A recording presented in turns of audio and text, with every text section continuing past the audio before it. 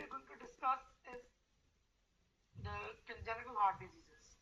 आप सबको पता है, ठीक है, obviously there are two types of congenital heart defect. एक है cyanotic, एक है acyanotic. Cyanotic का मतलब ये है कि जो normal circulation होती है, हमें सबको पता है कि the blood flows from the heart to the lungs and then back into the heart and then it is delivered to the body. अगर किसी वजह से, ठीक है, जो है जो शंटिंग है ब्लड की, तो इस तरीके से हो जाए कि ब्लड जो है it is not basically going into the lung and it is bypassing the pulmonary circuit. यानी कि किसी भी वजह से अगर ब्लड जो है it moves from the right side of the heart to the left side of the heart, ठीक है, without entering into the pulmonary circulation, तो उस वजह से अल्टीमेटली वो जो ब्लड है ऑक्सीजनेट नहीं होता, और जब वो ब्लड ऑक्सीजनेट नहीं होता तो जो बच्चे होते हैं, जो क्या कहते हैं पेशेंट होगा, तो patient is bound to be cyanosed. ये बात क्लियर हो गई है सर? Yes sir. अब नेक्स्ट पॉइंट जो इसमें एक चीज कॉन्सेप्ट के साथ ज़हन में बिठाने वाली है वो ये है कि आपकी जो ब्लड फ्लो है, ठीक है, वो बेसिकली दो तरीके से वो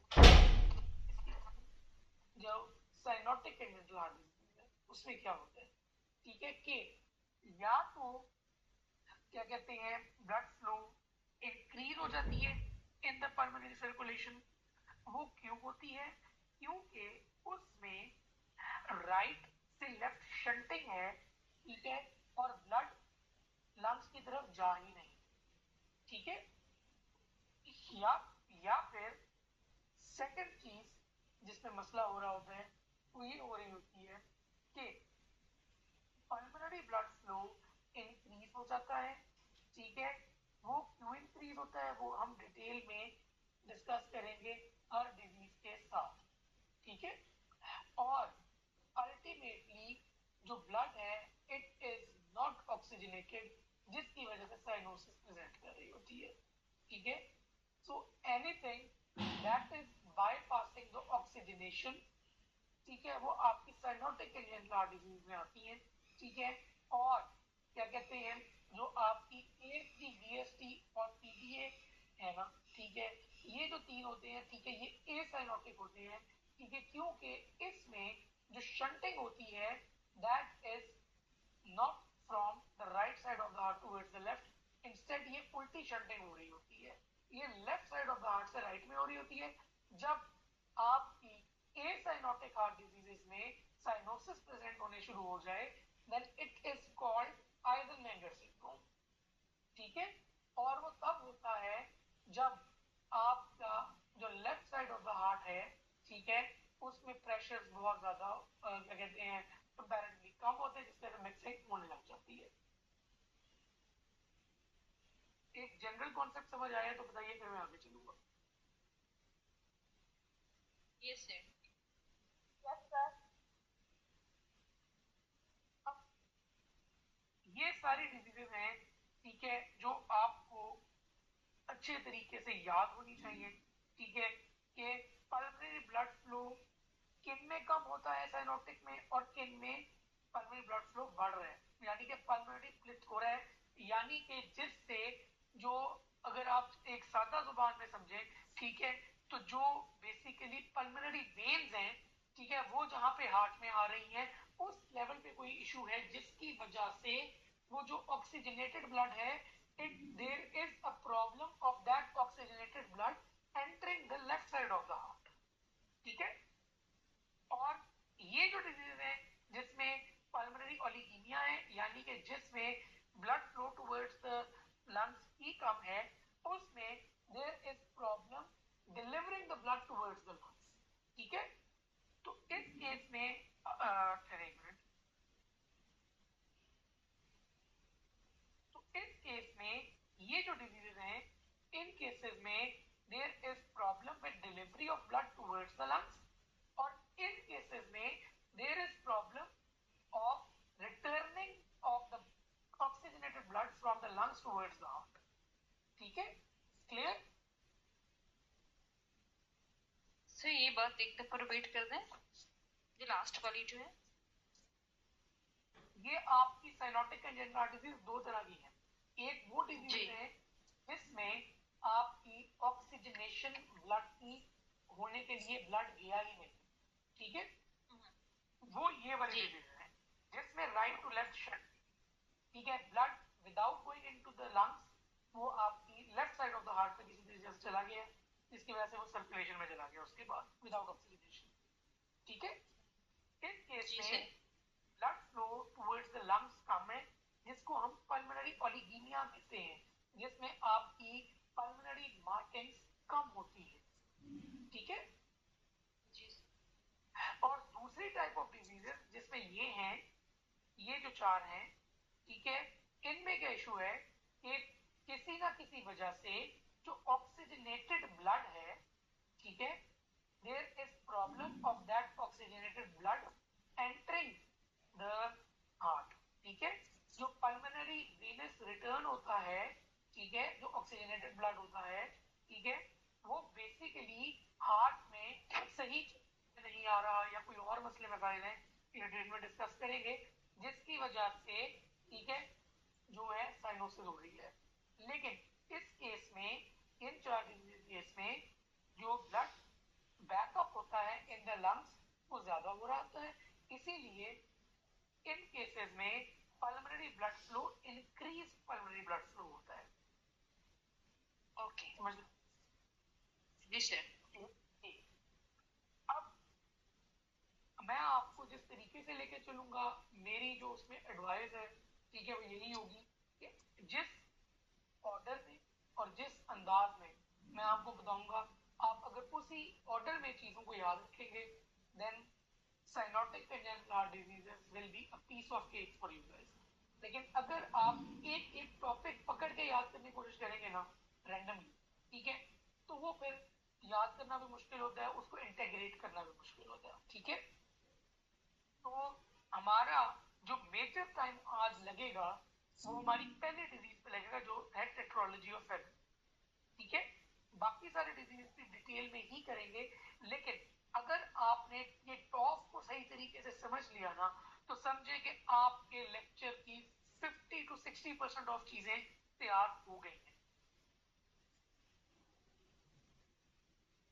अब टॉप के बारे में आपको क्या पता है, कोई एक बंदा प्लीज बताए, फिर मैं चलो बताऊंगा। टॉप में पल्मोनरी स्टेनोसिस होती है और टेट्रोलॉजी ऑफ फेलो कहते हैं, इसमें 4 प्रॉब्लम्स होती हैं। पल्मोनरी स्टेनोसिस होती है और ओवरराइडिंग ऑफ एओर्टा होता है, राइट वेंट्रिकल हाइपरट्रोफी होती है और राइट वेंट्रिकल हाइपरट्रोफी होता है, पीएचडी होता है। एग्जैक्टली, ठीक है। अब अगर मैं इसको थोड़ा सा समराइज करूं और आपके थोड़ा सा, तो इसमें इशू क्या आ रहा होता है कि जो टेट्रोलॉजी ऑफ फेलो है ना, इसको टेट्रोलॉजी कहते भी इसलिए है कि इसमें इसके 4 कंपोनेंट्स हैं, ठीक है। अब वो 4 कंपोनेंट्स क्या हैं, ये आपके सामने हाईलाइटेड है, एक मिनट दें मुझे। ये बेसिकली होता क्या है, ठीक है, ये 4 चीजें क्या क्या हो रही हैं इसमें। सबसे पहले तो इसी ऑर्डर में याद रखें, फिर आपको बेहतर याद रहेगा। आपकी जो इन्फंटिबुलर सेप्टम होता है उसकी डिविएशन होती है, जिसकी वजह से ये जो पल्मोनरी वेल्व है, ठीक है, इसकी स्टेनोसिस होती है।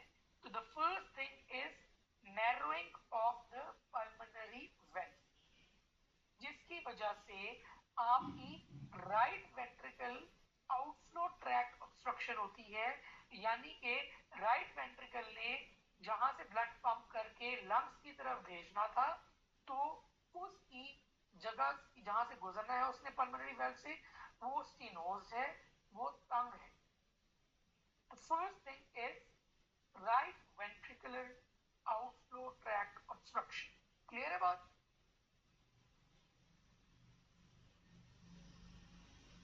सेकेंड चीज जो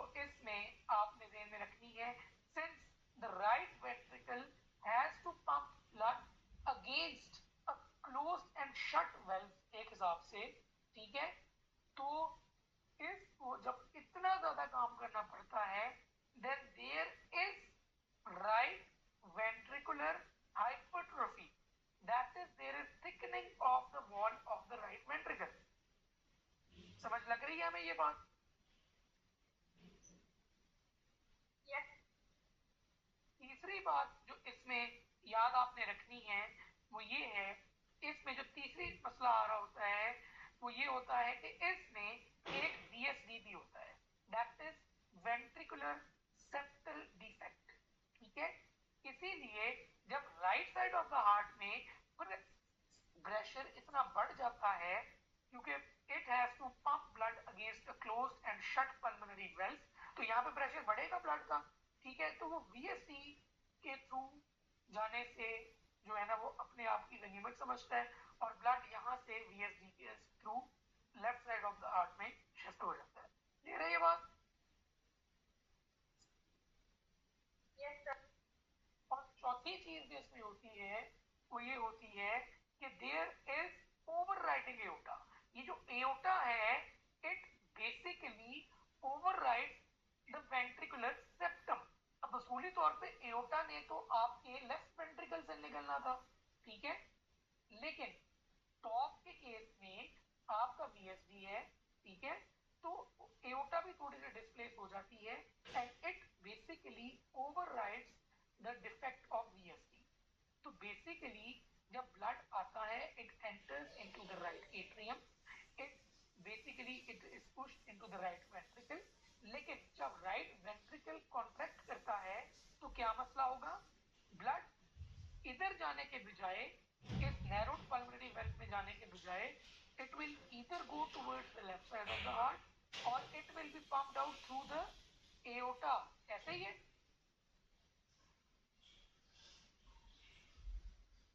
Yes, sir. और एओर्टा के थ्रू जब ये जाएगा तो क्या ये ब्लड ऑक्सीजनेटेड होगा कि ये डीऑक्सीजनेटेड होगा? Deoxygenated. क्योंकि उसको बेसिकली जो है वो लंग्स में जाने का मौका मिला ही नहीं। जो थोड़ा बहुत ब्लड जाता है, एक मिनट दीजिए मुझे please, sorry for the disturbance.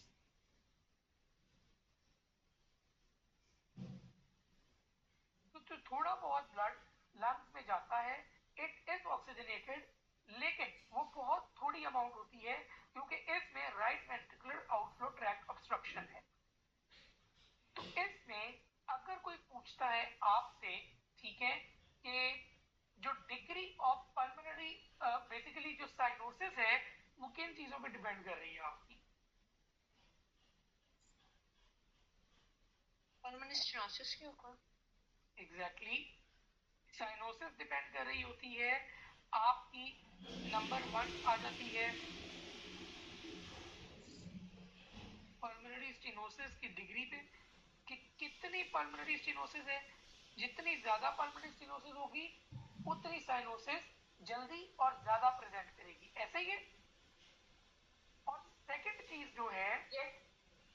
और सेकंड चीज जो है वो है डक्टस आर्टेरियोसिस, वो ओपन है कि नहीं। अब डक्टस आर्टेरियोसिस क्या चीज है? डक्टस आर्टेरियोस कोई बताएगा प्लीज ये क्या चीज है, ये किन दो चीजों को कनेक्ट कर रहा है?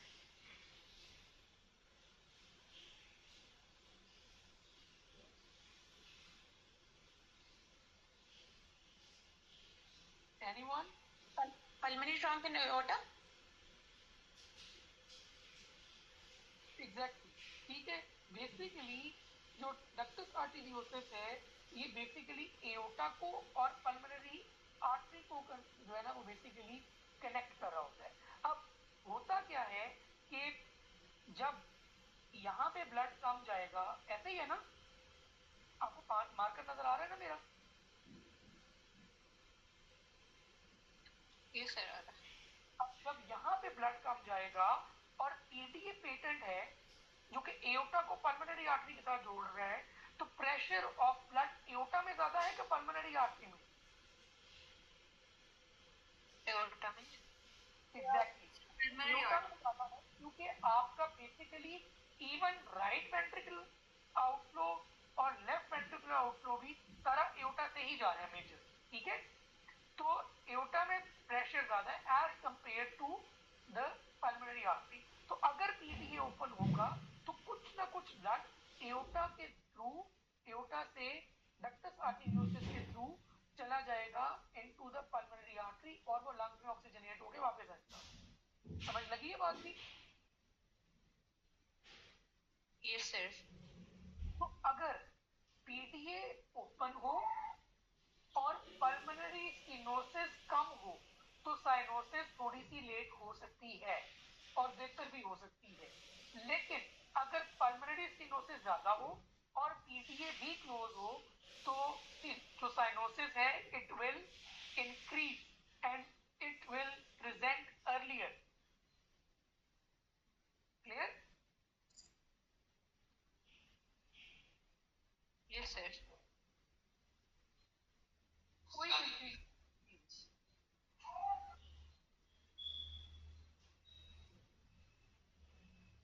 No one? कोई कंफ्यूजन नहीं है? नो।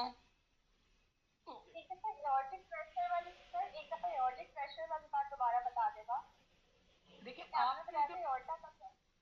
जी जी देखिए आपका जो right side of the heart है और जो left side of the heart है, इन सब का आउटपुट जो है it will basically be passing through the aorta. Pulmonary artery में तो जा ही नहीं रहा, बहुत कम जा रहा है, जा रहा है, ठीक है। तो जो डक्टस आर्टेरियोसिस है वो कनेक्ट कर रहा है एओर्टा को और पल्मोनरी आर्टरी को, ठीक है। अब एओर्टा में प्रेशर ज्यादा है, पल्मोनरी आर्टरी में कम है, तो ब्लड जो है वो डक्टस आर्टेरियोसिस के थ्रू एओर्टा से पल्मोनरी आर्टरी में आ जाएगा और अल्टीमेटली लंग्स में जा रहा होगा। क्लियर?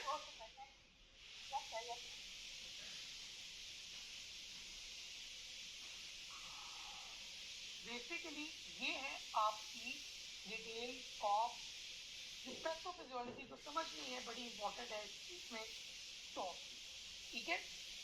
अच्छा, अब इसमें एक और बड़ी इंपॉर्टेंट चीज है, ठीक है, कि जो पिंक टॉप है वो क्या चीज है। सुना हुआ आप लोगों ने पिंक टॉप के बारे में? Yes sir. पिंक टॉप कोई जी ट्रायोलॉजी ऑफ फेलिक कहते हैं उसको, सॉरी शायद ट्रायोलॉजी ऑफ फेलिक कहते हैं, उसमें 4 की जगह 3 कंपोनेंट्स होते हैं शायद। नहीं, बेसिकली जो पिन टॉप है ना उसमें और जो टॉप जो प्रॉपर है उसमें क्या फर्क है, ठीक है। जो पिन टॉप है उसमें जो आपकी right ventricular outflow tract obstruction होती है, ये जो narrowing of the pulmonary vein है, ठीक है, ये इतनी सवेयर नहीं होती। वही वाली बात है, जब ये इतनी सवेयर नहीं होती तो फिर साइनोसिस भी इतनी सवेयर नहीं होती, ठीक है। इसीलिए जो शंट है वो इतना ज्यादा नहीं होता, इसलिए हो सकता है कि बच्चा विजिबली साइनोटिक ना हो। बात समझ लग गई है?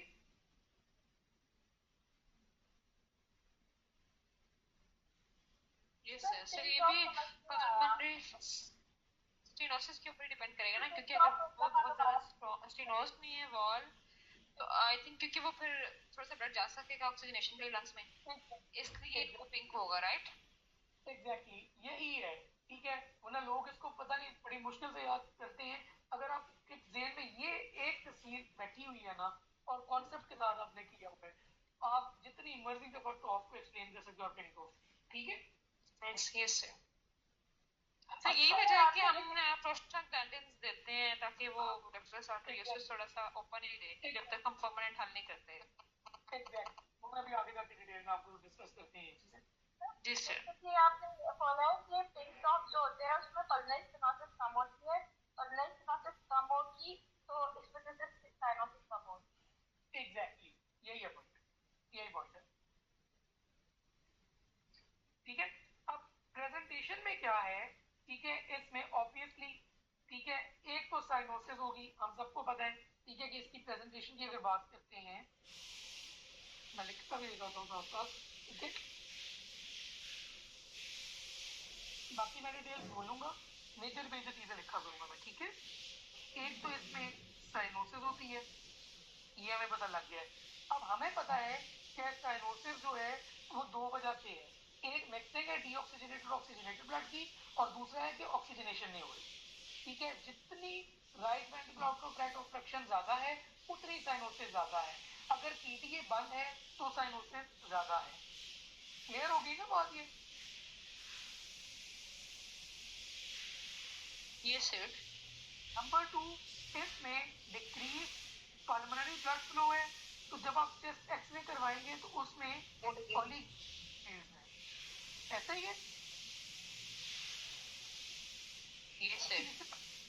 तीसरी चीज जो इसमें है, जितने भी आपकी बल्कि major cyanotic angle heart disease है उनमें ये सारी चीजें आएंगी, ठीक है। कि जो बच्चे आएंगे, ठीक है, जो उनमें delayed growth and delayed puberty हो, क्योंकि उनकी जो नॉर्मल जो सेचुरेशन है इट विल बी क्रॉनिकली वो 70s और 80s के बीच में कहीं पे लाई कर रही होगी, और अगर 70 से नीचे ज्यादा रह रही है तो फिर ग्रोथ और प्यूबर्टी पे बहुत ज्यादा इफेक्ट हो रहा होता है, ठीक है। ये तीन चीजें ध्यान में बैठ रही हैं आपके? कोई कंफ्यूजन इसमें तो नहीं है ना? No sir.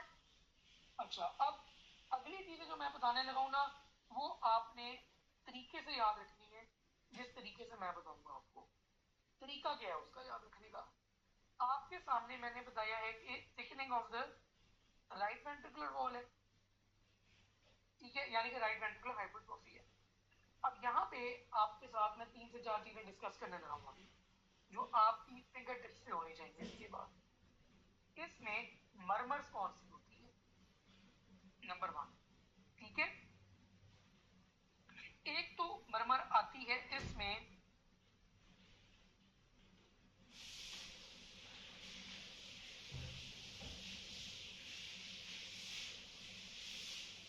ये जो पल्मोनरी वेल्व स्टेनोसिस है इसकी, ठीक है, जो होगी बेसिकली इजेक्शन सिस्टम मरमर, ठीक है, at upper left sternal border. समझ लग रही है हमें? कोई कंफ्यूजन इसमें?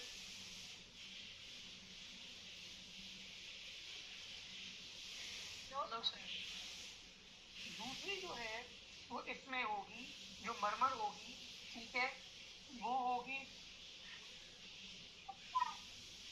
जो दूसरी मरमर होगी, ठीक है, वो होगी बेसिकली आपकी, आपको पता है S2 जो है वो दो साउंड से मिलकर बन रही होती है, ठीक है, जिसमें एओर्टिक वेल्व और पल्मोनरी वेल्व क्लोज होते हैं, ऐसे ही है।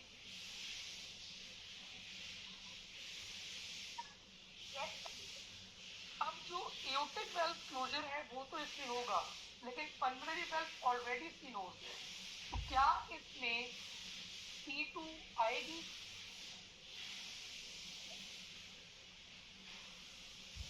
अब होगी या नहीं होगी? ऐसे ही है ना?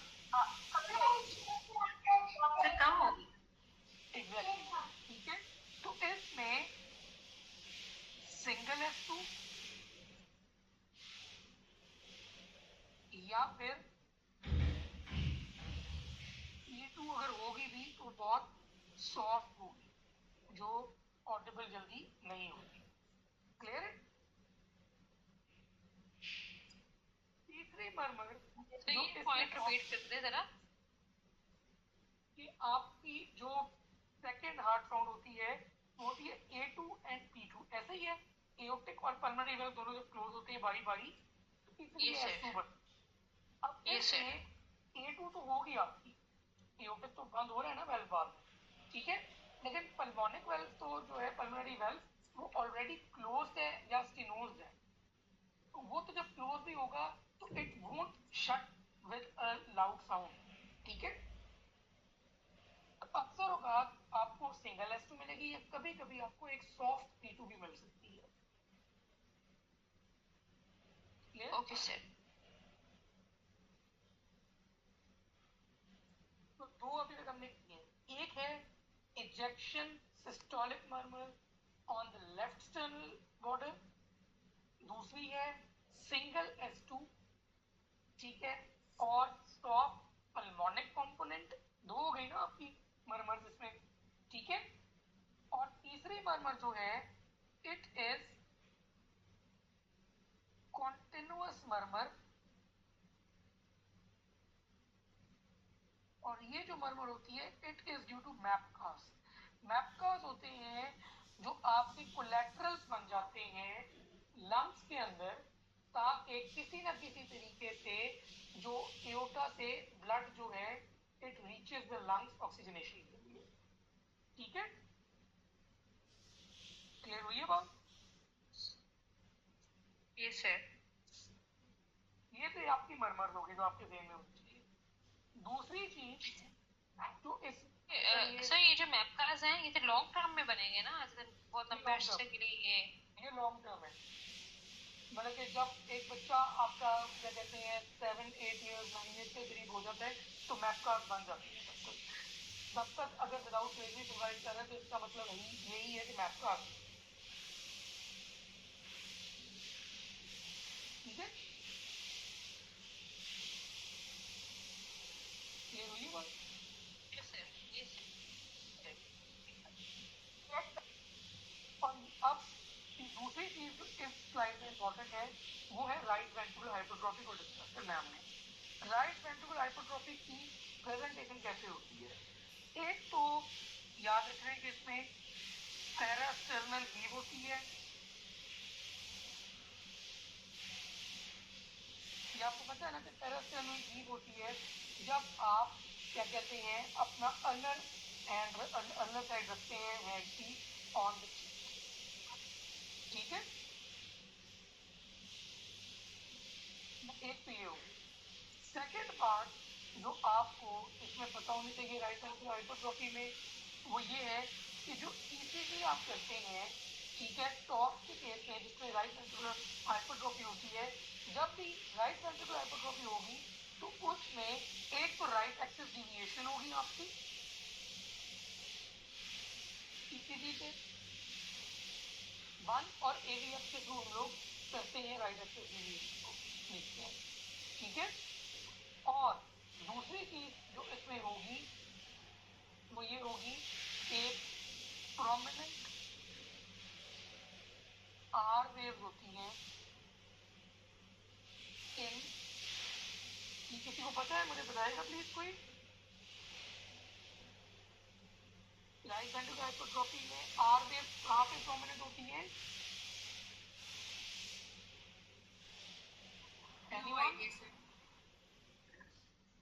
बेसिकली जो V1 V2 है ना उसमें आर वेव्स प्रोमिनेंट हो जाती हैं, ठीक है, और डीप एस वेव्स बन जाती हैं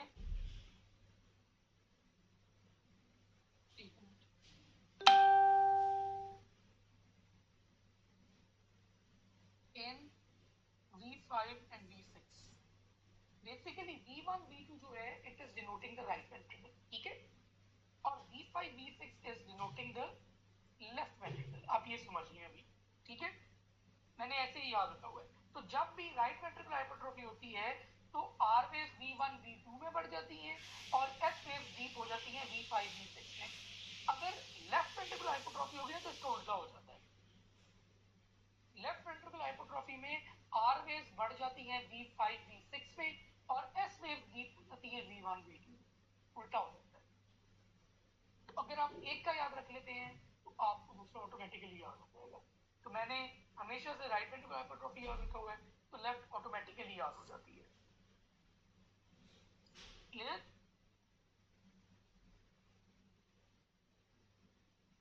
एक दफा मैपकास दोबारा रिपीट कर देना। एक मिनट पहले मुझे ना इसकी प्रेजेंटेशन कंप्लीट, ये बात नहीं रोक। Yes sir. एक चीज जो इम्पोर्टेंट है वो है टेट स्पेल। टेट स्पेल क्या होती है? टेट स्पेल अगर किसी भी वजह से एक बच्चा जो है उसको एक एपिसोडिक हाइपरसाइनोटिक अटैक आता है कि यकदम वो साइनोज हुआ है, that is a tet spell, ठीक है। एक मिनट इसमें मैं लिख दूं सॉरी, इसमें आपको मरमर्स आनी चाहिए, इसमें आपको राइट वेंट्रिकल हाइपरट्रोफी की फाइंडिंग्स आनी चाहिए, ठीक है। और आखिरी चीज टेट स्पेल है। ये सारी प्रेजेंटेशन है जो मैं लिख रहा हूँ, ठीक है। अब टेट स्पेल को मैं डिटेल में डिस्कस करूंगा आपसे। टेट स्पेल क्या होती है? टेट स्पेल है पैरोक्सिस्मल हाइपरसाइनोटिक अटैक, यानी कि एपिसोडिक, ठीक है, एकदम बच्चा साइनोज हो गया है, दिस इज टेट स्पेल। अगर इसमें आपको जो पता होना चाहिए वो ये है कि अगर बच्चा किसी भी वजह से बहुत ज्यादा क्राई कर रहा है, ठीक है, बहुत ज्यादा इरिटेबल, ठीक है, सेप्सिस में है, ठीक है, डिहाइड्रेटेड है, तो अल्टीमेटली इन सब वजूहात की वजह से, ठीक है, जो लंग्स हैं उनको ब्लड फ्लो कॉम्प्रोमाइज हो जाता है, ठीक है। तो उस केस में क्या कहते हैं, बच्चे को एक हाइपरसाइनोटिक अटैक आता है जिसको हम कहते हैं टेट स्पेल। टेट स्पेल जो है वो फ्यू मिनट से आवर्स तक रेंज कर सकती है, ठीक है। और अल्टीमेटली इसमें फिट्स भी हो सकते हैं, इसमें स्ट्रोक भी हो सकती है, और ultimately it can lead to death if not managed well. और ऑब्वियसली जब आपकी ब्लड जो है it is not being oxygenated well, it will ultimately lead to metabolic acidosis. जितनी मेटाबॉलिक एसिडोसिस ज्यादा होती है उतनी ही ज्यादा टेट स्पेल जो है वो डिटीरियोरेट कर रही होती है, और अल्टीमेटली क्या कहते हैं, जो ये विशियस साइकिल है, मेटाबॉलिक एसिडोसिस ज्यादा हुई, उसकी वजह से पल्मोनरी ब्लड फ्लो और कम हुआ, और मेटाबॉलिक एसिडोसिस ज्यादा हुआ। बात समझ लगी है मेरी?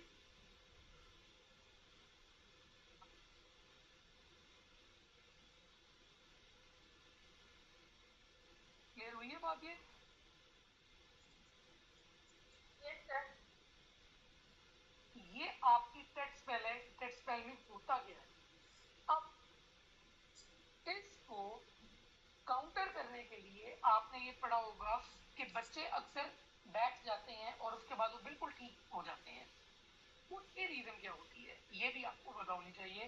टेट स्पेल में जब बच्चा बैठता है और वो वापस ठीक हो जाता है, वो क्यों होता है? नीचे इस पोजीशन में कहते हैं ना हम बिठा दें, वो उसकी रीजन क्या है?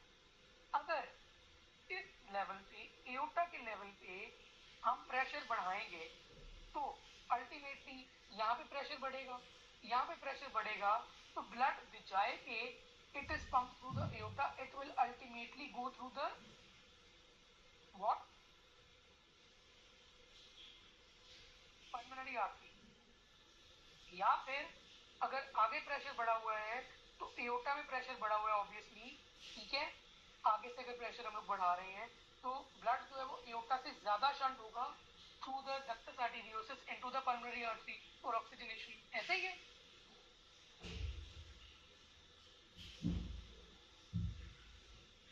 बताइए प्लीज।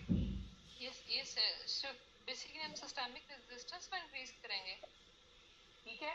तो basically systemic vascular resistance increase करते हैं जब बच्चा नीचे इस पोजीशन में बैठता है, जिसकी वजह से शंटिंग ऑफ ब्लड जो है वो कम हो जाती है और पल्मोनरी ब्लड फ्लो इंक्रीज हो जाता है, जिसकी वजह से स्पेल जो है वो बेहतर हो जाती है। क्लियर हुई है नीचे इस पोजीशन का मकसद? Yes sir. टेट स्पेल जो है इसके ट्रीटमेंट का एक सिंपल सा निमोनिक है जो आपने याद रखना है, दैट इज AO मार्क। ए से आ जाता है आपका नीचेस्ट पोजीशन, ओ से आ जाता है कि आपने ऑक्सीजन देनी है, एम से है कि आपने मॉर्फिन देनी है। मॉर्फिन आप देते हैं फॉर पेन रिलीफ, ठीक है। ए से आ जाता है कि आपने एसिडोसिस को ठीक करना है। एसिडोसिस आप ठीक करते हैं बाय गिविंग सोडियम बाइड्रॉप। और बी से आ जाता है आपके बीटा ब्लॉकर्स, जिसमें प्रोपेनोलॉल है, और लास्ट चीज आपने जो ध्यान में रखनी है यार वो है अलग से फिनाइल एफ्रीन। फिनाइल एफ्रीन भी जो है वो बेसिकली इंक्रीज कर रही होती है सिस्टेमिक वेस्कुलर रेजिस्टेंस। ये टेट स्पेल की मैनेजमेंट है, नॉट टॉस। ठीक है, आपने बच्चे को नीचे पोजीशन में किया, आपने ऑक्सीजन दी, आपने मॉर्फिन दी, ठीक है, आपने एसिडोसिस को करेक्ट किया, आपने बीटा ब्लॉकर्स दी, आपने फेनाइलेफ्रीन दी, ठीक है। This is the management of toss, sorry tet spell. ठीक है, और इसमें भी क्या कहते हैं, अगर मैं कहूँ कि जो सबसे पहली चीज आप करते हैं ना वो नीचे पोजीशन और ऑक्सीजन के बाद आइडियली आप जो प्रैक्टिकली करते हैं आप फ्लूइड्स लगाते हैं बच्चे को, ठीक है, ताकि उसके अंदर बेसिकली अगर डिहाइड्रेशन वगैरह है, ठीक है, तो उसको आप करें, ठीक है। और साथ ही साथ आप उसको सूट करते हैं कि क्राई श्राई ना कर रहा हो बच्चा, ठीक है, इरिटेट ना हो, क्योंकि अगर बच्चा रोएगा तो ultimately pulmonary blood flow will decrease. Clear है? Yes. Yes, sir. इसमें दो चीजें वो पूछ लेते हैं कि क्या चीज टेट स्पेल की फ्रीक्वेंसी कम करती है, ठीक है, तो वो बीटा ब्लॉकर है। Beta blockers basically decrease the frequency of tet spells, ठीक है, ये बात आपने ध्यान में रखनी है। ये बात क्लियर हो गई है तो बताएं, फिर मैं आगे जाऊंगा। Yes, sir. अब वापस मैं प्रेजेंटेशन की तरफ आ रहा हूँ। प्रेजेंटेशन में साइनोसिस है, ओलिगोमेगलांथीन्स हैं, डिलेड ग्रोथ इन प्यूबर्टी है, 3 टाइप की मर्मर्स हैं, राइट वेंट्रिकुलर हाइपरट्रोफी ईसीजी पे कैसे आती है, एग्जामिनेशन में हीव है, टेट स्पेल में क्या होता है, ये सब हमें पता लग गया है। अगली चीज जो आपको पता होनी चाहिए, जो आपको 90% को तो पता भी होगी, कि चेस्ट एक्सरे में इसमें बूट शेप्ड हार्ट आता है,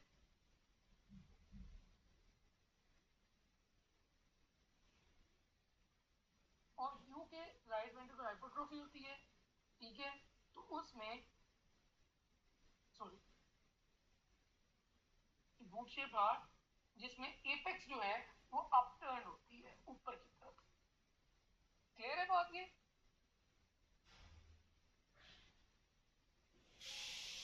Yes, sir. पहला इसमें हमने क्या वही ईसीजी करेंगे, एको करेंगे, कार्डियक कैथेटराइजेशन करेंगे देखने के लिए, ठीक है, और कार्डियक सीटी करेंगे आप मैपकास्ट को देखने के लिए।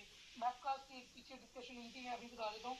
मैपकास्ट बेसिकली आपके आप समझ लें कि चैनल्स होते हैं जो कि बाद में बन रहे होते हैं इन द लंग्स, ठीक है, एओर्टा से डायरेक्टली निकल रहे होते हैं, और वो टाइम के साथ बेसिकली बनते हैं ताकि कुछ ना कुछ पल्मोनरी ब्लड फ्लो हो और ऑक्सीजनेट हो जाए ब्लड। क्लियर हो गई है? मुझे श्योर नहीं किसका क्वेश्चन था, आंसर हो गया वो क्वेश्चन?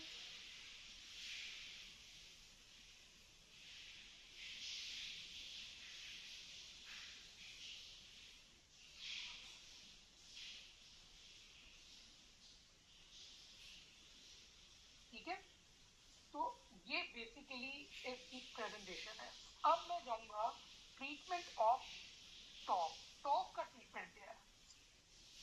ट्रीटमेंट में आप ऑब्वियसली, ठीक है, देखें अल्टीमेट ट्रीटमेंट तो इसकी सर्जरी ही है, ठीक है, जो करेक्शन होती है वही हो, ठीक है, लेकिन जो एम है ना ट्रीटमेंट का आपका वो यही है कि आपने किसी तरीके से पल्मोनरी ब्लड फ्लो को बढ़ाना है, ऐसा ही है, बताइए। Yes, sir. ठीक है, तो इसमें आप टेम्परेचर को मेंटेन करते हैं ताकि नंबर 1 ऑक्सीजन कंजम्पशन कम हो, ठीक है, आप ग्लूकोज लेवल्स को मेंटेन करते हैं ताकि हाइपोग्लाइसीमिया ना हो और कंजम्पशन कम हो ऑक्सीजन की, ठीक है। इसके अलावा आप जो है वही वाली बात जो अभी डिस्कस हुई थी, आप देते हैं prostaglandin E1। Prostaglandin E1 keeps the PDA open, ठीक है, समझ लग रही है ना इस बात की? पीडीए का रोल समझ लगी है Yes, ना sir. आप लोग? कोई इशू तो नहीं है ना?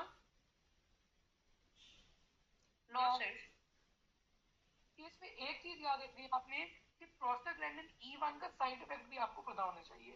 प्रोस्टाग्लैंडिन E1 का साइड इफेक्ट है एपनिया, ठीक है?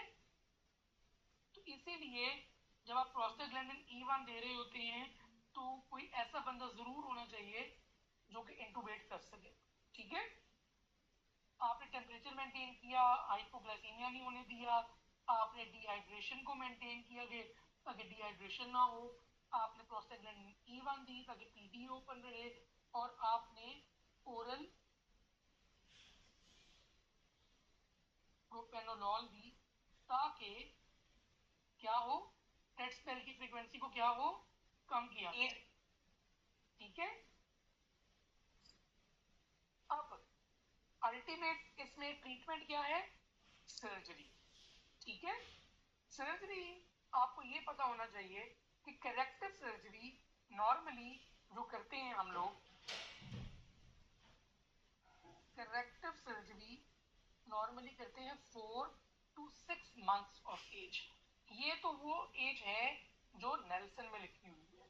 पाकिस्तान में ज्यादातर सेटअप्स में 2 से 3 साल के अराउंड करते हैं, क्योंकि आपका बैकलॉग इतना है सर्जरीज में, ठीक है? तो उस वक्त तक किसी तरीके से कोशिश करते हैं कि इसको पेलिएशन के थ्रू चलाएं, या फिर कोशिश करते हैं कि पीडीए को ओपन रखें। अब पेलिएशन क्या है कि किसी तरीके से आप समझ लें कि जुगाड़ लगा के पल्मोनरी ब्लड फ्लो को एनहांस रखें, ऐसे ही है। अब वो जो समझ लें कि पेलिएशन है वो क्या है? पेलिएटिव सर्जरी जो हम लोग करते हैं that is BT shunting, that is Blalock Taussig shunt.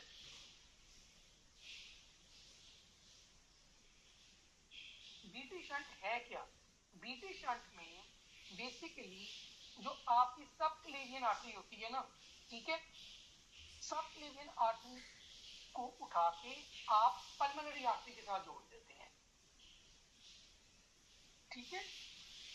जब आप सब क्लेवियन आर्टरी को पल्मोनरी आर्टरी के साथ जोड़ते हैं तो अल्टीमेटली पल्मोनरी ब्लड फ्लो वक्ती तौर पे इंक्रीज हो जाता है। बात समझ लग रही है? कॉन्सेप्ट में तो कोई कंफ्यूजन नहीं है ना इस चीज से?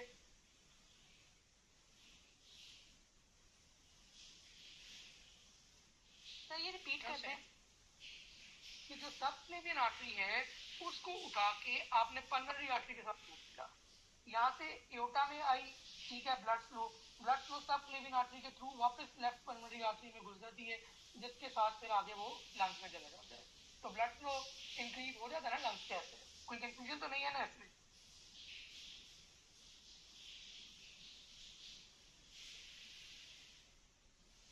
बताइए, कॉन्सेप्ट समझ लग गया इसको? जी सर।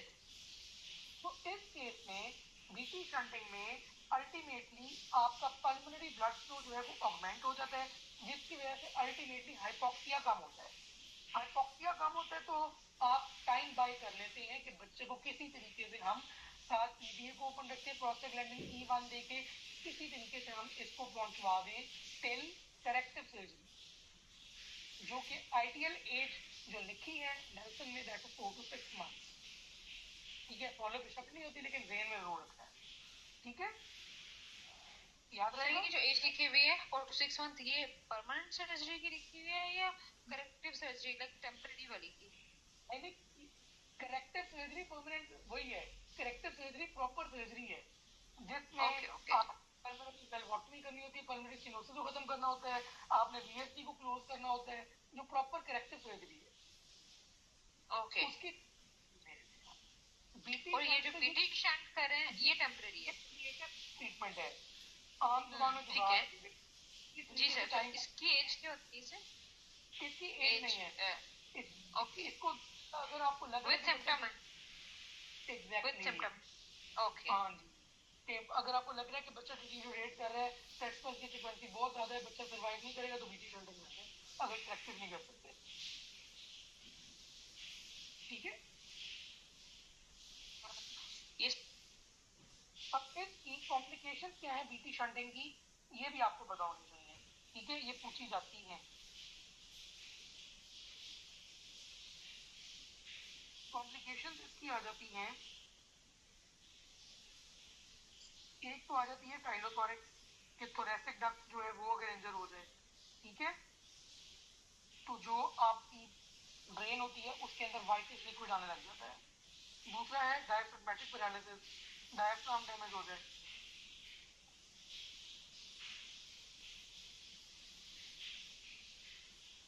तीसरा है हॉर्नर सिंड्रोम,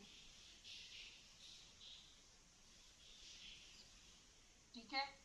चौथा है कि जो आपने शंट बनाया था वही थ्रोम्बोसिस उसकी हो जाए, ठीक है, तो वही क्लोज हो जाए।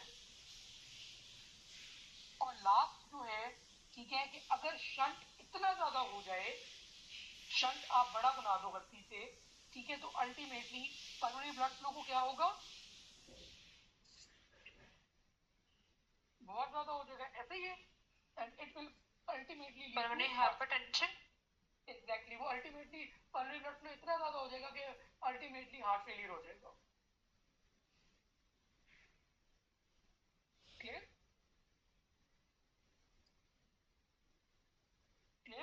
Yes sir, yes sir. ये थी आपकी कॉम्प्लिकेशंस ऑफ बीटी शंटिंग। अब लास्ट चीज जो मैंने आपसे डिस्कस करनी है टॉफ के मामले में, वो है कॉम्प्लिकेशंस ऑफ टॉफ।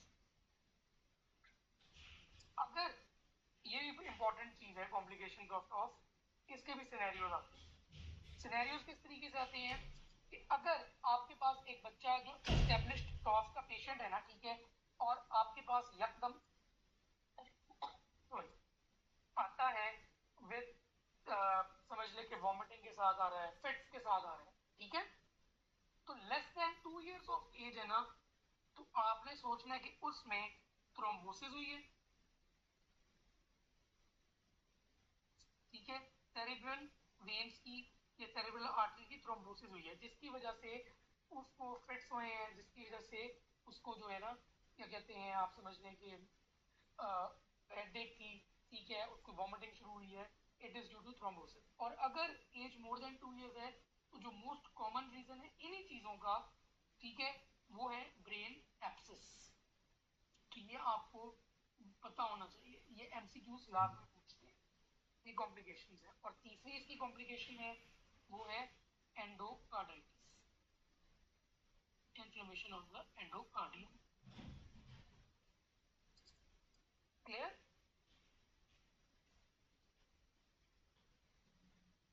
क्लियर हुए कि नहीं? अब मुझे पता है कि आप लोग Yes, sir. ओवर, ठीक है, टॉप, लेकिन निहायत इंपॉर्टेंट और निहायत क्या कहते हैं ना, कंसेप्चुअल टॉपिक है। कोई क्वेश्चन टॉप में या समझ लगी है तो मुझे फिर भी कंफर्म करें कि समझ लग चुकी है सारी। सर बस आपने एक दफा कहा था कि आप वो जो मल्टीपल माइमर्स का इशू था ना वो बताएंगे दोबारा से, बस वो रिपीट करें जो आपने क्लिनिकल फाइंडिंग्स में बताया था हमारे मरमर? पास ये कंटिन्यूअस मरमर जो है। हाँ, बेसिकली आपके कोलेट्रल्स हैं, कोलेट्रल्स जो जनरेट होते हैं विद टाइम, ठीक है। एक बच्चे को टॉफ है, ठीक है, और टॉफ की वजह से पल्मोनरी ब्लड फ्लो रिड्यूस्ड है, ठीक है, जो एओर्टा है उससे विद टाइम कोलेट्रल्स बन जाते हैं जो कि सराउंड करते हैं लंग्स को, ठीक है, ताकि वो कहीं ना कहीं से कुछ ना कुछ ब्लड जो है वो ऑक्सीजनेट होकर वापस हार्ट में आता है, ठीक है, वो मैप है। और जो तीसरी टाइप ऑफ मरमर थी हमारे केस में जो मैंने आपको डिस्कस की है, वो कंटिन्यूअस मरमर है, वो मैपकास्ट की वजह से है, ठीक है। बस ये जो होती है रेजिडुअल मरमर वो क्या होता है? सॉरी, ये वाली पैर पैर बड़ी पैर एक एक साथ चीज पैर होती पे है चाहिए, रेजिडुअल इसके मरमर, नीचे से जो पहननी ट्रीट है। हो जाती है उन बच्चों में एक मरमर पॉटी तेरी आते हैं थी जो तेरे नीचे से दिख रही है, जैसे तीन में जो ऑपरेशन के बाद। दौरान बाद में सर्दी करती है। जो ठीक हाँ हो हाँ जाते हैं टाइट्स उनमें पकड़ो, मरमर सर्दी आते हैं। दूर होगी टाइट्स ये तय पे लगा, हाँ रेजिडुअल किसके मरमर लिए पड़ी कहते है हैं वो शायद उसको इसको। नीचे तय पे मैं कितनी श्योर बड़ी नहीं, लग रही है वीडियो इसके बारे में मैंने नहीं निकल देखा, पानी के लिए होंगे। ओके ओके लेकिन लेकिन मैं सर्च जरूर कर लूंगा ऐसे। ग्रुप पे ना एक बार रेजिडुअल हाँ मरमर तो लिख ये के भेज दे। यहीं पे कहीं ओके। निकाल दे बस टॉप क्लियर है सबको? कपड़े निकाल दे चीजें रख Yes, हाथ sir. धोने ऐसे ही रखने निकाल दे ना, निकाल दे यार ऐसे अपने काबू में हाथ हाथ धोगे। अब मैं नेक्स्ट टॉपिक की तरफ जा रहा हूँ। अगले टॉपिक्स अब आपके लिए बहुत आसान होंगे क्योंकि मेजर जो फोकस करने वाली चीज थी वो ट्रॉफी थी। नहीं शर्ट ये टाइम्स भी है किस कलर की है ब्लू रंग की एक एक काली भी तो थी वो जिसे ग्रे थी टॉप के एमसीक्यूज वो बनने में पूरा आपको बढ़िया बता हाँ रहे वो बनवाए बढ़िया हुए हैं ना पर हाईलाइट ताकि मेरे आपको नहीं बोले याद नहीं भी हो जाए नहीं बोले नहीं और नहीं आपको बोले बवासीर ना हो। एक मिनट रुको मुझे। निकालने का नहीं था अच्छा एमसीक्यूज इस तरीके से आए हुए हैं जी। क्योंकि पीछे से साइनोटिक कुछ सेफ्टी वाला है विद मिलता है इस्लामिक इससे मिलेगा एंड नहीं हिस्ट्री ये ऑफ कौन सा रोबोटिक है ईसीजी पे क्या आएगा बताइए शाबाश जल्दी जल्दी बताइए। राइट एक्सेस डेविएशन और राइट एक्सिस डेविएशन और प्रोमिनेंट आर वेव होगी प्रोमिनेंट V1 V2 में V1 V2 में और डीप एस वेव्स आ जाएंगी deep S wave V5 V6 में। बेहतरीन हो गया। ठीक है अब अगला क्वेश्चन है डायग्नोज केस ऑफ टॉफ है एंटीनेटल एको पे। ठीक है तो बर्थ पे क्या होगी उसके ऑब्वियसली साइनोसिस। ठीक है एग्जैक्टली चाइल्ड है वो साइनोटिक होता है। ठीक है शॉर्टनेस ऑफ ब्रेथ हुई है उससे प्लेइंग वाइल प्लेइंग स्क्वाट करता है रिकवर कर जाता है तो ये क्या है क्रिटिकल है। ठीक है अच्छा टॉप है उसमें आपको चेस्ट एक्सरे पे क्या मिलेगा Polygamic blood feeds and Lung boot shape heart upturn apex. ठीक है ठीक है इसके अलावा एक बच्चा सॉरी क्या पता है बूट हार्ट में एपेक्स होती है अपटर्न उठी होती है ना थोड़ी सी। ठीक है एक क्वेश्चन है जी एपेक्स जो बता रहे हैं ना समझ नहीं आ रहा। मैं कोई तस्वीर आपको भेज देता हूँ थोड़ी देर तक ना। ठीक है अच्छा फिर है जी इजेक्शन सिस्टोलिक मर्मर है on the left sternal border with cyanosis in a neonate with oligaemic lung fields कौन जाएंगे। फिर है child 1 year old with an increasing episodes of capsules। तो अल्टीमेट ट्रीटमेंट क्या है टॉफ का करेक्टिव सर्जरी। ठीक है फिर है जी ये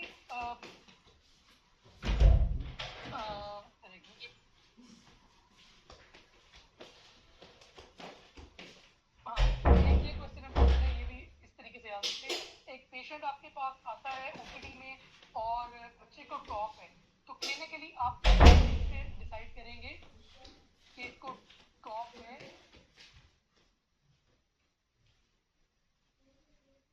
मर्मर साइनोसिस होगी और एक है कि टेक्स्ट पहले तो सबसे पहले आप चीज क्या करते हैं नीचे ठीक है यही मेजर चीजें हैं। अच्छा एक मैं चीज भूल गया आप लोगों को बताना कि टॉप की एसोसिएशन होती है विद डायजॉर्ज सिंड्रोम। ठीक है तो ये चीज बस ध्यान में रख लें।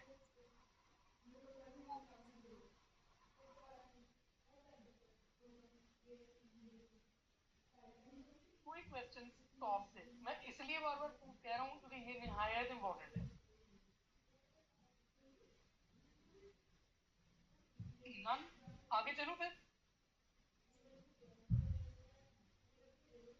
ये सर नेक्स्ट टॉपिक है हमारा पल्मोनरी क्या विद बीएससी। अब बेसिकली जो पल्मोनरी एक्सीजिया विद बीएससी है ठीक है इसमें क्या सीन है कि ये बेसिकली ये टॉफ ही है लेकिन this is the most severe form of TOF कि इसमें कोई हल्का सा ब्लड भी पल्मोनरी आर्टरी में नहीं घुस रहा। ये देख रहे हैं अट्रैक्टिव है ये जगह नजर आ रही है ना नजर आ रही है कि नहीं। यस सर तो आपको पता है कि अगर इसी तरीके से आता है कि पल्मोनरी वेल भी नहीं है पल्मोनरी आर्टरी की वो जगह ही अट्रैक्टिव है तो आपके पास कौन कौन सी मरमर थी एक इजेक्शन सिस्टोलिक मरमर थी आपको मैंने बताई थी। ठीक है P2 एक S2 थी। ठीक है जिसमें सॉफ्ट P2 भी हो सकती है सिंगल S2 थी या सॉफ्ट P2 के साथ ऐसा ही है ना और की मरमर थी यही तीन थी ना जो बात हुई थी हमारी। यस सर केस में ये इजेक्शन सिस्टोलिक मरमर नहीं होगी। समझ लग रही है ना, या होगी? सर नहीं होगी क्योंकि वॉल भी बंद है, वॉल है ही नहीं। एग्जैक्टली, कॉन्सेप्ट से करेंगे तो फिर ये चीज कहीं नहीं जाती, ध्यान में रखें बस, ठीक है। तो जो most severe form of top है उसमें आपकी इजेक्शन सिस्टोलिक मरमर होगी ही नहीं, ठीक है। 2 मरमर्स मिलेंगे आपको, क्लियर होगी बात? तो इसमें एग्जैक्टली सारी वही चीजें, ठीक है, लेकिन इसमें आपने जो चीजें याद रखनी है, जो एक पीछे एक एमसीक्यू भी आया हुआ पार्ट 2 में, जो ये severe most severe form of top है ना, इसकी एसोसिएशन डायजॉर्ज सिंड्रोम तो है ही है ना, लेकिन ट्रेकियोमलेशिया